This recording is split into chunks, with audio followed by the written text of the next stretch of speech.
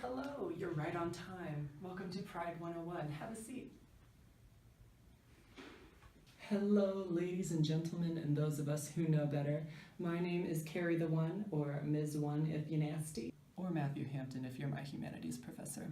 And I'll be your teacher today. How y'all doing?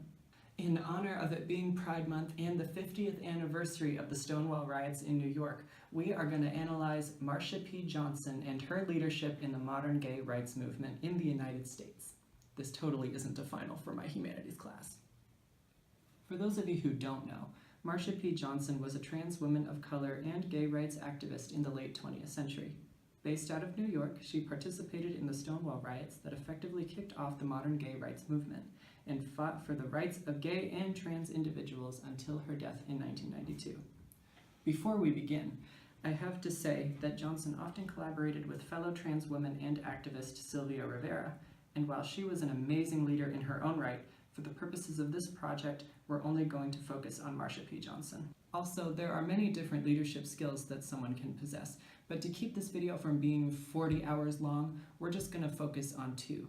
Those being empowerment of others and being an agent for change, both of which I believe Marsha P. Johnson exemplifies. With all that being said, let's discuss Marsha P. Johnson's leadership.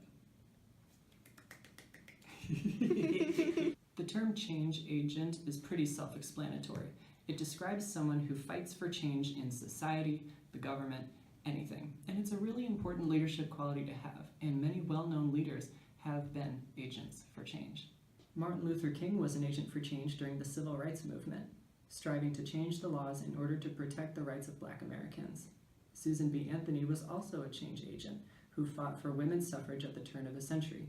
In both cases, society was against them and their message, but they continued to work to create change in both society and the law, and we are still feeling the effects of their success today. Marsha P. Johnson was also a change agent. She was an active member of the gay rights movement in the latter half of the 20th century. She participated in the Stonewall Riots that started in late June 1969, which was the catalyst for the organization of gay rights activists and the push for civil rights protections for gay people in the U.S. Fun fact! June is Pride Month for that reason. Up until then, there were no organized movements of gay or trans people, since they had plenty of reasons to be afraid of making themselves visible. Job loss, police brutality, hate crimes, conversion therapy, these things were all commonplace in what society thought gay and trans people deserved. The symbolic significance of Stonewall cannot be understated. It literally brought queer people out of the shadows and proved to the world that queer people would fight back against oppression. Side note. In those days, the term queer wasn't used how it is today. People mostly use the term gay as an umbrella term, but today that doesn't make much sense. So I'm using the term queer because you're watching this video today, not back then. According to the 2004 book Stonewall by historian David Carter, Johnson was present at the riots and is reported to have started them by throwing the shot glass heard round the world, although that fact is disputed. Whether or not she started the riots, Johnson's work afterward helped make sure they weren't just a blip on the radar. Along with Sylvia Rivera, Johnson founded STAR, the Street Transvestites Action Revolutionaries. There's nothing in my hands. Which functioned both as an advocacy group and a homeless shelter for transgender youth.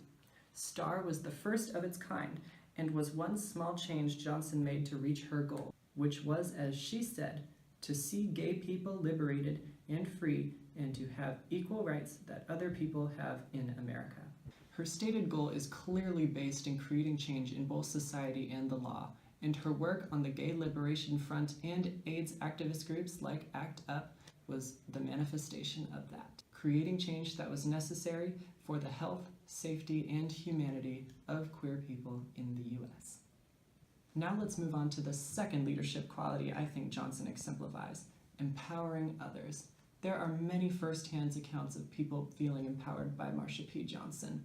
People were just drawn to her, and not because she had magnets in her pockets. But wouldn't that be so funny? I'm firing myself. Jim Mangia, sorry for butchering that name, I couldn't figure it out, was a close friend of Johnson's and is quoted as saying, "She empowered me to be myself." In his Huffington Post article, he described how the gay rights movement in the 1980s had shifted toward a, quote, strategy to blend in with the heterosexual, cisgender, white society and away from the drag queens, bull dykes, and transvestites that led Stonewall, unquote.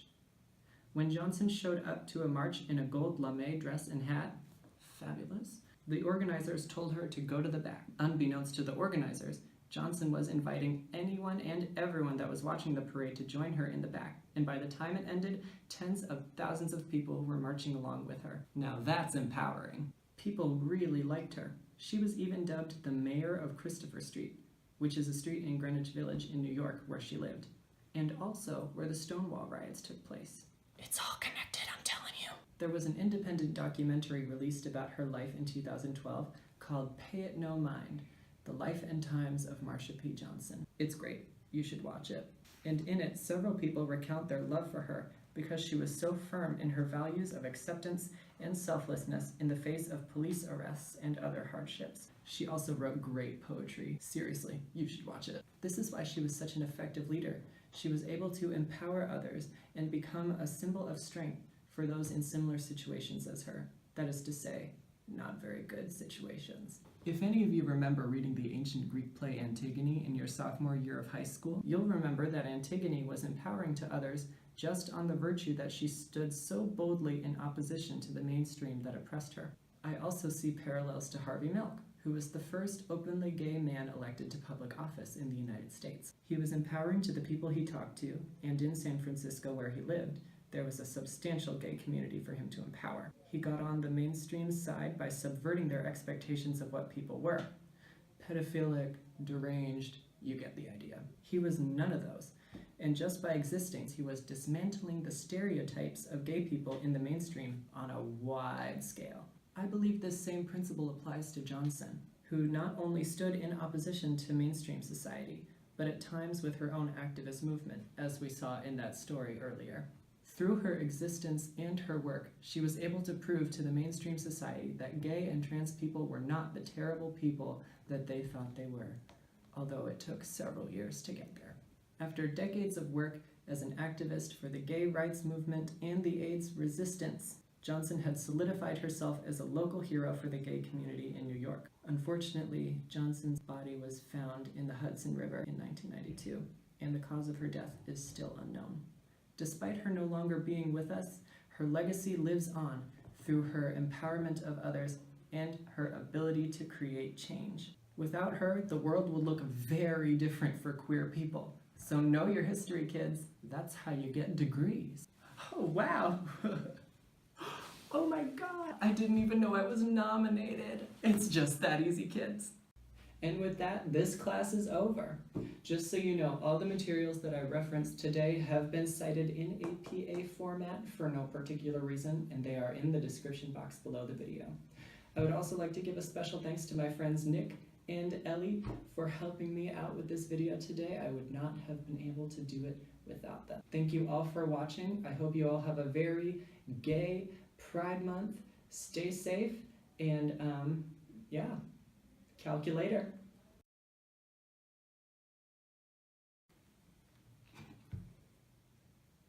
My bra strap, God. This is blooper. The term change agent, no, I shouldn't say it like that. In honor of Pride Month, I wore no colors. Oh!